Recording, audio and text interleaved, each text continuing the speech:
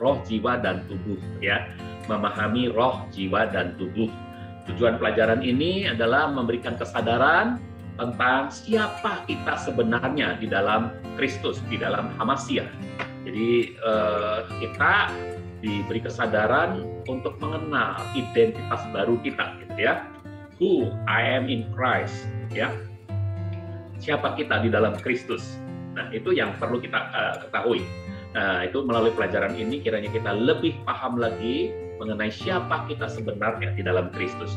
Ya, ada catatan, salah satu penghalang terbesar untuk kesembuhan dan pencapaian potensi spiritual tertinggi kita adalah kurangnya pemahaman tentang hubungan yang ada antara roh, jiwa, dan tubuh. Ya, memang ini masih misterius, saudaraku. Ini masih ada rahasia yang belum tersingkap betul karena tiap ada orang-orang yang punya penafsiran-penafsiran dan kita mungkin cocok dengan penafsiran yang satu, tapi ada penafsiran yang baru lagi yang mungkin kita bilang, wah ini juga bagus nih gitu. Nah karena hal itulah maka kita perlu belajar di kaki Tuhan. Dialah Tuhan sendiri yang menyingkapkannya, tapi melalui ini paling tidak apa yang selalu kita percayai itu bisa kita kembali refresh, saudara ya. Oke, jadi sebelumnya saudara harus tahu tentang dunia teologi itu mengenal istilah dikotomi dan trikotomi. Nah, apa itu dikotomi? Dikotomi adalah pemahaman bahwa manusia itu hanya terdiri dari dua aspek saja, yaitu fisik dan mental. Dua bagian saja, fisik atau tubuh jasmanianya, dan mental, spiritual itu adalah tubuh mentalnya ya, kerohaniannya gitu ya. Itu adalah dikotomi, dan pemahaman semacam ini banyak dipercayai oleh gereja-gereja dari kalangan yang konvensional ya. Gereja-gereja konvensional mereka lebih memahami manusia itu terdiri dari apa-apa yang jasmania dan apa-apa yang batinia ya. Nah itu dua dikotomi. Tetapi ada kalangan, nah biasanya kalangan karismatik dan Pentakosta itu lebih mempercayai pada trikotomi.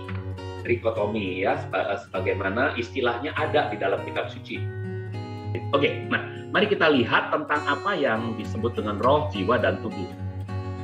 Ada penggambaran yang semacam ini, ya. Roh itu, spirit itu di sini, dan isinya spirit itu adalah hubungan kita sama Tuhan, sehingga utamanya adalah faith, tapi ada orang membagi spirit itu pada yang pertama adalah intuisi, yang kedua adalah persekutuan, ya, dan yang ketiga adalah kesadaran, gitu ya. Itu ada yang membagi semacam itu ya. Lalu jiwa itu adalah terbagi hanya 3 saja, yaitu pikiran, perasaan, dan kemauan. Sementara di sini ada orang membagi afeksi, itu soal sebetulnya afeksi dan emosi ini hampir sama ya. Jadi ini soal perasaan. Lalu logic dan reason ini adalah soal pikiran ya. Dan imagination ini soal kemauan gitu ya. Berimajinasi, berkeinginan, memikirkan sesuatu yang akan datang gitu, yang diangan-angan, berimajinasi. Lalu tubuh itu berkaitan dengan apa yang kita dengar, apa yang kita raba, apa yang kita rasa, apa yang kita lihat, apa yang kita cium, gitu ya. Nah, jadi itulah kaitannya dengan tubuh. Tubuh ini berkaitan dengan panca indera kita. Oke, ada yang menggambarkan begitu, tapi nanti ada gambaran yang lebih ini lagi, lebih kelihatannya baru, cuma mungkin sulit untuk menjelaskan dengan banyak ayat-ayat ya, tapi kelihatannya kok bagus gitu. Nah, kalau ini saudaraku, ini adalah bagaimana jiwa itu muncul, karena dalam kitab suci saudaraku ya, dari pengertian banyak ayat-ayat, bukan satu ayat saja ya, dari banyak ayat, tapi ayat yang utamanya justru kurang mendukung gitu ya, bahwa manusia itu diciptakan dari debu tanah ya, dibentuk dari debu tanah, kemudian Tuhan mengembuskan nafasnya, tapi nafasnya itu dianggap sebagai ruahnya gitu ya, padahal ini nismat hayim. Nismat hayim itu dari nefes ya, lebih ke nefes. Nah, perpaduan antara ruah dengan tubuh ini, saudaraku, antara ruah dengan tubuh ini, antara roh dengan tubuh ini, resultannya atau irisannya itu, inilah yang disebut jiwa. Jiwa itu ada pikiran, perasaan, dan kehendak ya. Inilah yang menjadi pribadi, gitu ya. Kalau tubuh berkaitannya dengan panca indera, kalau roh berkaitannya dengan hubungan dengan Tuhan, nah jiwa inilah si akunya kita. Nah, dari sini saudara-saudara ada gambaran yang lebih ini lagi. Jadi ini gambaran ini baru pernah saya lihat, saudara, tapi saya ingin jelaskan kepada saudara, ya. Ternyata orang bisa menggambarkan semacam ini, saudaraku. Tapi nanti kalau dipadukan dengan ayat-ayat lain, ini agak sedikit sulit. Cuma kita kok bisa yakin gitu, seperti ini gambarannya. Jadi jiwa itu adalah yang paling yang muncul dari hasil perpaduan antara tubuh dan roh. Tubuh dan roh, ya, resultannya, hasilnya adalah jiwa. Nah, jiwa itu katanya dia adalah menara kontrolnya kita. Kalau di pelabuhan udara itu adalah ada menara kontrol, saudara. Menara kontrol itu yang mengatur penerbangan. Kalau yang mau take off, mau landing, pesawat-pesawat itu harus diatur oleh menara kontrol. Dan ini disebutnya the real you. Ini adalah kamu yang sesungguhnya. Berarti ini egonya kita, saudara-saudaraku di sini. Dan ini adalah benih, kalau kita sudah lahir baru, ini adalah benih yang telah ditetapkan oleh Tuhan. Di sini ada benih yang telah ditetapkan oleh Tuhan untuk tinggal di hati kita. Nah, jadi ketika Tuhan menciptakan baru kita, maka kita ditaruh benih yang telah ditetapkan untuk menjadi kita yang sesungguhnya. Tapi ini juga adalah kalau zaman Adam, pada masa Adam, ini adalah benih yang ditaruh Tuhan pada hatinya Adam, gitu ya. Dan ini katanya adalah tempat kediaman Roh Kudus, ya. Ada ayat yang kontrak dengan ini, karena ayat yang mengatakan tempat kediaman Roh Kudus adalah tubuh kita secara keseluruhan. Nah, tubuh kita secara keseluruhan, tapi kan bisa kemudian dipertajam lagi di mana? Apakah roh itu tinggalnya di jari-jemari kita, atau roh itu tinggalnya di pinggang kita, atau roh itu tinggalnya di kepala kita, atau di kaki kita? Kan pasti orang akan mengatakan di hati kita roh itu tinggalnya. Nah, jadi walaupun bertentangan, tapi ada benarnya juga, gitu ya. Nah, di sini katanya letaknya indera keenam, gitu. Indera keenam yaitu yang disebut iman.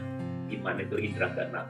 Dan buat orang lahir baru, ya, orang itu dihidupkannya adalah ininya, ya, soe-nya, ininya, soe-nya. Jadi ini adalah yang dihidupkannya. Dan mengapa dia bisa lahir baru? Karena dia telah diselamatkan dan dia telah ditebus dengan darah Yesus Kristus, darah Yeshua HaMashiach. Jadi jiwa inilah yang diselamatkan. Makanya berapa jiwa yang telah kamu menangkan, gitu kan? Dengan istilah itu, ini tepat, saudara-saudaraku, jiwa, gitu ya. Lalu yang anehnya akhirnya spiritnya itu justru yang dalam pembagian yang pertama itu adalah justru jiwa, gitu.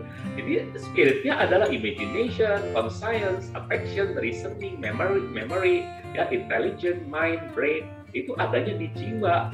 Nah, ini agak sedikit sulit kalau dipadukan dengan ayat-ayat lain. Tapi kalau dipikirkan secara psikologi, ya kemungkinan ini yang enak, gitu ya, saudara-saudara. Dan kemudian kalau tubuh sama, ya, apa yang berkaitan dengan apa yang dilihat, apa yang didengar, apa yang dirasa, apa yang diraba, dan apa yang kita cium, gitu ya.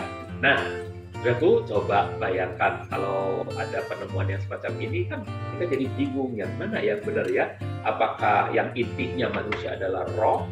Padahal kalau roh kan yang ini, saudara, tapi disebutnya jiwa oleh dia. Nah, oke. Yang lebih cocok untuk hubungan-hubungan dengan ayat-ayat firman Tuhan memang roh, saudara-saudara, di sini itu spirit, gitu ya. Yang di sini yang soul, gitu ya. Tapi kelihatannya penggambar ini mengatakan karena soul itu adalah hasil perpaduan antara nefes yang Tuhan berikan dengan body yang Tuhan bentuk dari bentuk tanah, maka munculnya resultannya adalah jiwa. Maka jiwa itu dia taruhnya di sini, inilah aku yang sesungguhnya. Sebab yang diselamatkan itu jiwamu, gitu ya. Keselamatan jiwa, gitu ya. Oke, baik. Nah, kita nggak tahu yang mana, nanti kita pasti tahu yang benernya, ya. Tapi kita akan gunakan roh saja untuk hubungan-hubungan selanjutnya. Karena begini, saudaraku, nanti ada istilah-istilah seperti komunikasi kita dengan Tuhan, ya. Itu komunikasi antara roh dengan roh, gitu. Oke, jadi kita pakai kata roh saja. Begini, saudaraku, banyak orang Kristen tidak menyediakan waktu untuk mempelajari siapa diri mereka sesungguhnya. Pelajaran ini berusaha menolong kita mengatasi krisis identitas tersebut.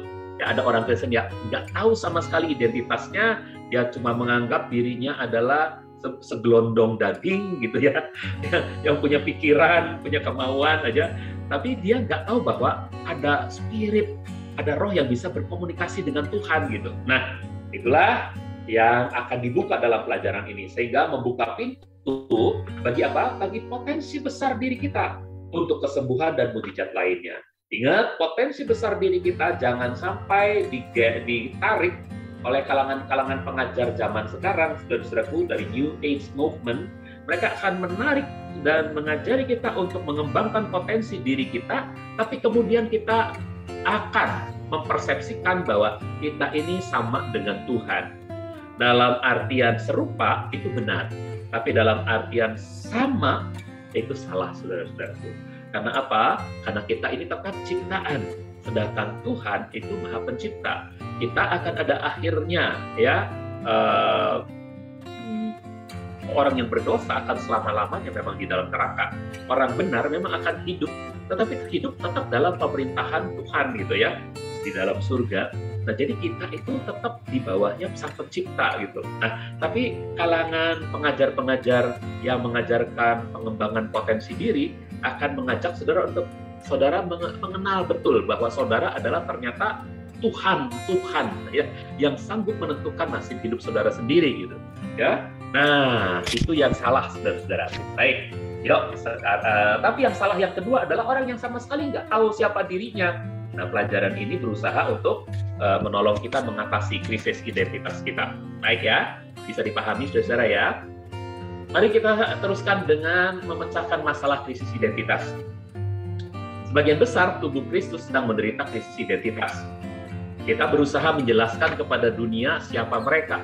Wah, kita getol sekali, kita selalu mengingat bahwa ada amanat agung supaya kita memberitakan Injil, supaya kita menjadikan sekalian bangsa murid Kristus, karena mereka itu perlu diselamatkan, mereka itu orang berdosa, mereka pasti masuk neraka kalau tanpa Kristus. Terus kita sering bicara siapa mereka, padahal kita sendiri gagal mengetahui siapa diri kita. Nah, ini repotnya, saudara. Kita selalu menjelaskan siapa mereka, tapi kita sendiri nggak kenal siapa diri kita, saudara. Ini kan yang jadi sesuatu yang sangat disayangkan. Seandainya kita tahu siapa diri kita, lalu dari pijakan itu, waktu kita memberitahukan siapa mereka, waktu mereka tanya siapa kita bisa menjawab, ya.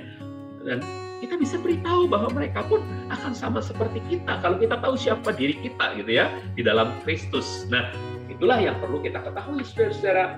Nah, salah satu tantangan terbesar yang kita temui adalah menyadari siapa sebenarnya kita di dalam Kristus. Jadi banyak sekali orang Kristen yang belum sadar siapa dirinya sebenarnya di dalam Kristus, dalam Masiah.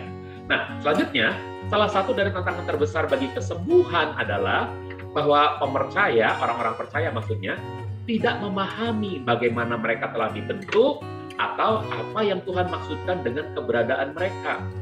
Mereka nggak tahu bagaimana mereka dibentuk, dan mereka juga nggak tahu apa sih tujuannya, ya. Mereka dibentuk oleh Tuhan, bahkan diciptakan baru oleh Tuhan, mereka nggak tahu apa tujuannya, gitu, saudara. Nah, jadi ya kita itu dibentuk secitra dengan Tuhan, ya, created, ya. Ini I created you, aku menciptakan engkau in my image, dalam citraku.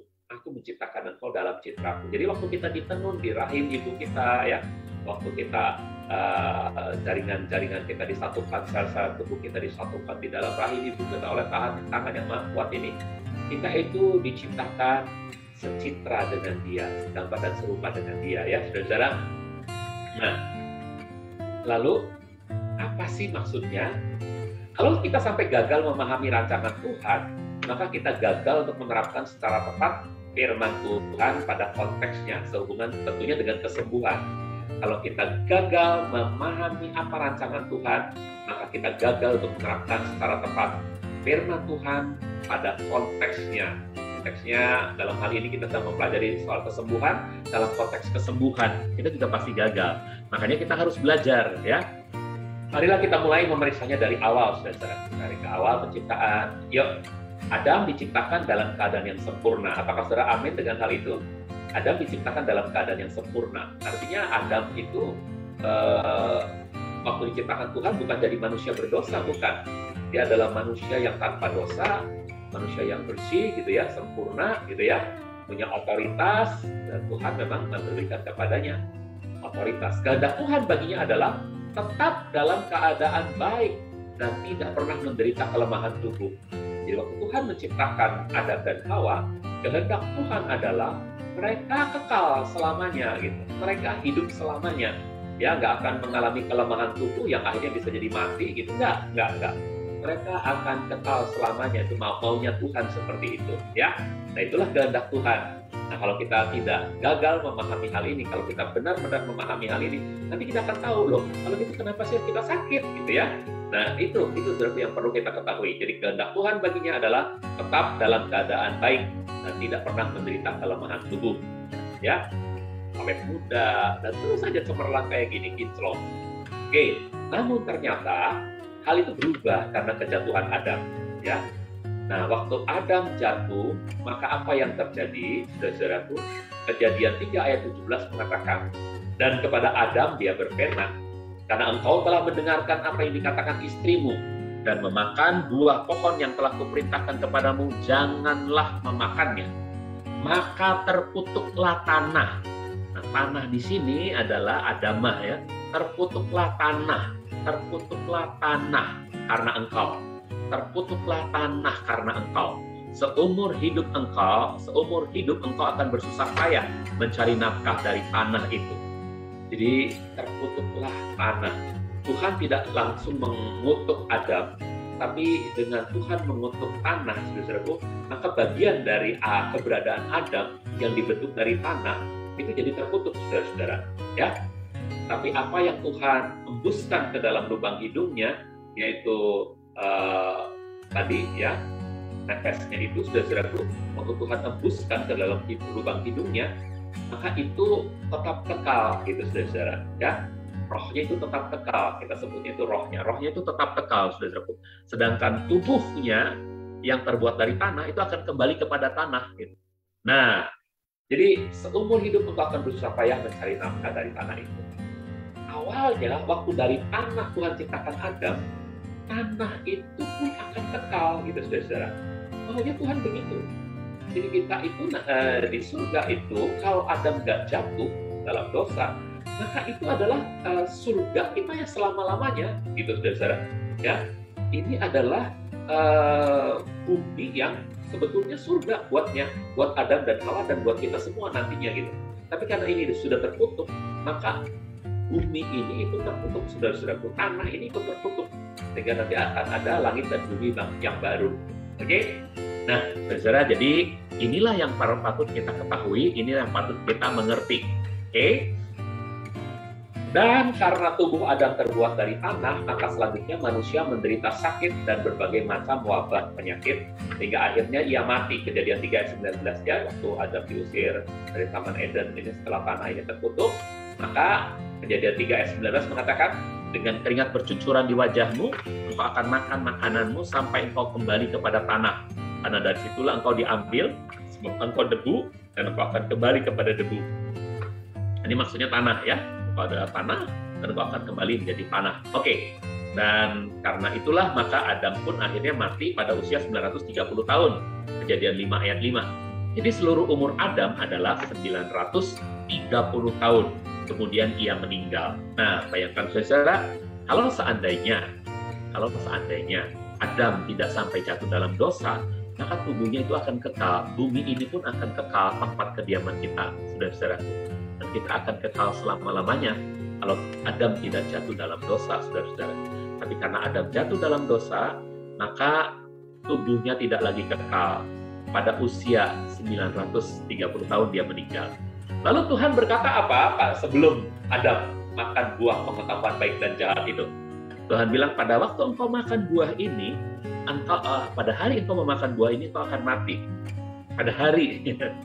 Kenyataannya apakah betul pada hari itu yang dimaksud itu adalah petang dan pagi hari, lalu itulah hari Adam memakan buah itu, besoknya langsung mati gitu? Tidak, saudara-saudaraku. Ya, karena ada juga firman Tuhan yang mengatakan 1000 tahun Tuhan, bagi manusia itu cuma 1 hari ya, di mata Tuhan. 1 hari itu 1000 tahun. Jadi Adam itu nggak sampai 1000 tahun, saudaraku. Pada hari itu juga, ya 930 tahun dia wafat. Makanya dalam catatan Alkitab nggak ada orang yang umurnya lebih dari 1000 tahun. Nah 1000 tahun itu ada bagian Alkitab mengatakan seperti 1 hari gitu ya. Nah itulah sebabnya Adam dia wafat pada umur 930 tahun. Oke? Kemudian saudara, kutuk-kutuk ini, ya, kutuk atas tanah, kutuk yang menyebabkan Adam harus bersusah payah mencari nafkah, kutuk yang menyebabkan ketika istrinya melahirkan itu datang sakit yang luar biasa, itu merupakan akibat dari ketidaktaatan dan akibat dari dosa. Nah, Tuhan apakah berdosa karena hal itu? Apakah Tuhan salah karena hal itu? Tuhan nggak salah sama sekali, saudara-saudaraku. Manusia sendirilah yang harus membayar hukuman karena penolakannya terhadap firman Tuhan. Tuhan sudah berfirman, tapi manusia menolak. Itu sebabnya manusia yang harus membayar hukuman itu, saudara-saudara. Ya, oke, walaupun manusia tidak dikutuk, tetapi akibat dari kutukan terhadap tanah, manusia mengalaminya. Ya memang nanti pada zaman-zaman tertentu ada manusia yang dikutuk, ya. Itu karena apa? Karena dosa. Mereka sudah melampaui batas. Ada manusia yang dikutuk, tapi karena dosa melampaui batas. Atau pada zaman Torah gitu ya, orang-orang yang melanggar Torah, mereka hidup di bawah kutuk, saudara-saudara. Ya, nah, oke. Yuk kita baca selanjutnya ini saja dulu soal penciptaan. Tuhan Yesus menegaskan bahwa ketika Dia memakmurkan segala kutuk kita pada salibnya dengan mengucurkan darahnya, sesungguhnya Dia telah menyediakan kesembuhan kita melalui bilur-bilurnya. Jadi semua dosa kita itu seperti surat utang yang dipakukan oleh Hamasiah di atas salib, ya. 1 Petrus 2 ayat 24 ini Yesus disalibkan, ya. Semua surat utang kita itu dipakukan pada tubuhnya di kayu salib, dan oleh bilur-bilurnya kita disembuhkan. Dia sendiri telah menanggung dosa-dosa kita di dalam tubuhnya di atas kayu salib, supaya dengan mati terhadap dosa kita dapat hidup dalam kebenaran. Oleh bilur-bilurnya kamu telah disembuhkan. Diingat baik-baik, pelajaran yang lalu mengatakan bahwa kesembuhan itu selalu merupakan sebuah kesejajaran dengan pengampunan dosa, ya. Dosa-dosa ditanggung, dosa-dosa kita ditanggung oleh Tuhan Yesus, lalu kesembuhan kita pun ditanggungnya melalui bilur-bilurnya. Ya, jadi Dia telah menyediakan kesembuhan melalui bilur-bilurnya. Nah, ya oke, kalau begitu kita tahu bahwa Adam itu berdosa, dan itu sebabnya kemudian sakit penyakit datang, tubuhnya bisa mati. Tetapi karena Tuhan Yesus memakmurkan semua kutuk karena dosa itu, dipakukan pada kayu salib, pada tubuhnya di kayu salib, Dia membayar kita seperti sebuah surat utang yang telah Dia lunasi, maka sesungguhnya Dia juga telah menyediakan kesembuhan bagi kita melalui bilur-bilurnya. Nah, yang menjadi persoalan, betapapun seringnya para pepercaya berpegang pada janji-janji perjanjian baru dan menerapkan firman Tuhan bagi kesehatan dan pemulihan mereka, seringkali hal itu masih saja belum memadai. Ya, sering kita berkata dalam nama Tuhan Yesus, sering kita berdoa oleh bilur-bilur Kristus semua disembuhkan, tapi seringkali hal itu masih nggak jalan gitu. Kok begini sih? Kita udah berdoa gitu ya, kita udah pakai dengan benar firman Tuhan. Nah, sangat disayangkan bahwa ketidakharmonisan antara roh, jiwa, dan tubuh itu adalah karena kurangnya pemahaman tentang bagaimana setiap unit dari keberadaan kita itu saling berelasi. Jadi kita cuma mengucapkan, tetapi sebetulnya spirit kita tidak mendukung, saudara-saudara. Ya, kita mengucapkan, tetapi tidak ada sesuatu yang membuat iman kita itu betul-betul menjadi sebuah iman yang hidup, gitu, iman yang menopang apa yang kita ucapkan. Itu saudara, kita hanya mengucapkan sebagai rapalan saja. Nah itu yang seringkali menghambat. Mengapa itu terjadi? Karena kita tidak memperhatikan hubungan antara roh, jiwa, dan tubuh, gitu saudara. Kalau kita memperhatikan ini, kalau kita tahu betul keterkaitan antara roh, jiwa, dan tubuh, maka pada waktu kita mengucapkan sesuatu, itu kita mengucapkannya dalam satu iman yang didukung oleh sebuah totalitas, saudara. Nah, ini yang kita perlu pelajari. Mengapa kita harus tahu roh, jiwa, dan tubuh? Kemudian dalam identitas baru kita itu seperti apa jadinya, gitu ya? Yuk, tentu kita teruskan lagi dulu. Elohim membentuk kita dengan roh, jiwa, dan tubuh. Namun, apakah sebenarnya hal-hal ini? Bagaimana ketiganya saling memengaruhi dan saling terkait dalam hubungan kita kepada Tuhan dan dalam hal kesembuhan kita? Jadi ternyata untuk soal kesembuhan kita tidak cukup kita hanya merapal, kita tidak cukup hanya mengucapkan firman, oleh bilur-bilur Tuhan Yesus Al-Masih, kamu sudah sembuh. Tapi kita perlu tahu hubungan roh, jiwa, dan tubuh kita. Dalam kaitan ini maka akan ada sebuah hubungan antara kita dengan roh Tuhan. Nah, ketika kita tahu hal itu, kita tahu identitas kita tahu bagaimana kita berhubungan dengan roh Tuhan, barulah kemudian mujizat dan kesembuhan itu bisa terjadi pada kita.